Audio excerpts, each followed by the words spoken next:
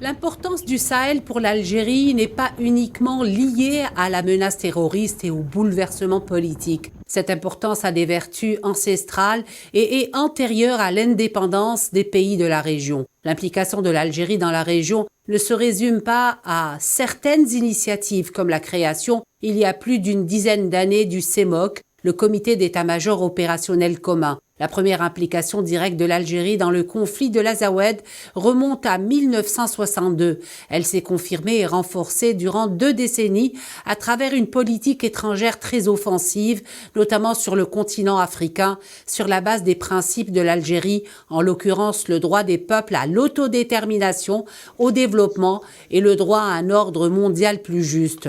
L'importance accordée par Alger à la sécurité au Sahel s'explique aussi par une conjoncture régionale inédite. Aucune des frontières terrestres du pays n'est sécurisée, surtout après l'implosion de la Libye et la déstabilisation de la Tunisie. Et à la propagation des groupes armés de l'Est au sud de l'Algérie s'ajoutent les réseaux de trafic de drogue à l'Ouest. La détermination d'Alger à s'intéresser davantage au Sahel s'est renforcée cette dernière décennie après les 2 attaques terroristes, l'enlèvement des diplomates algériens à Gao et l'attaque du site gazier de Tigentourine à In Amenas.